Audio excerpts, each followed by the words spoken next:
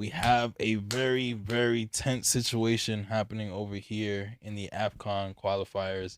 Nigeria, for the first time in a long time, is at risk for not qualifying for the World Cup. Dun dun dun. Dun for It's sure. not looking good. It's not very looking good. embarrassing. They've struggled through their first 6 matches of qualifiers. They've gone through 3 coaching changes in qualifiers so far, despite having stars like the likes of Osimhen, Basi, Iwobi, the list goes on and on, Boniface. And so there's just been a lot of talk about the fact that people don't understand why this team is struggling so much, why they're sitting behind Rwanda, why they're sitting behind their neighbors in Benin. South Africa is leading the group right now. And so basically they have to win out to secure like their chance at being at the next World Cup. And so how do you guys feel about their chances? What do you guys think is going wrong? How do we fix this? Or what does this even mean? This means Wahala Day. Continue. No, I mean, as a Cameroonian, it makes me laugh. It makes me smile. Wow. It's good. Jeez. It's good to see our neighbors up north struggling. It means that it'll be a good time because they'll be having to watch the World Cup from home. And generally, when you have teams in world football that have a lot of talent, like France, like the Netherlands, like England, you're able to take all that talent, put it together, and make a run to the World Cup. For the most part, unbeaten. Even on the continent, Morocco has been able to do that. So what it speaks to, it's very obvious. It speaks to mismanagement. Yeah. It speaks to mismanagement across the federation. It speaks to mismanagement from a coaching perspective. You fire 3 coaches during a qualifying run. You've mismanaged the situation. But it's also on the star players, because if you have players like Osimhen, you have players like Boniface, you have players like Iwobi, you have players like Basi. These people play for very, very top teams, for very, very elite institutions.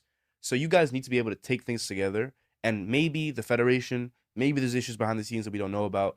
But if countries like Benin and Rwanda are able to put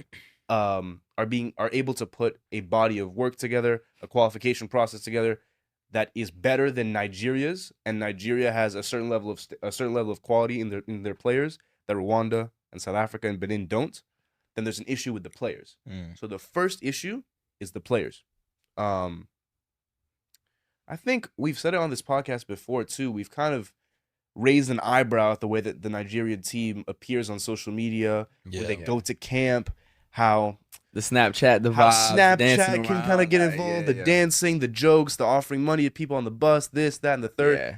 You have to win games, because otherwise it's a bit unprofessional. Yeah. Mhm. And to that point, recently Chelsea legend John Obi Mikel was speaking about how he feels like there's a little bit of like too much jokiness, in a sense where like he feels that a lot of the Nigerian players who are born outside of Nigeria more than likely not saw Nigeria as like their second choice.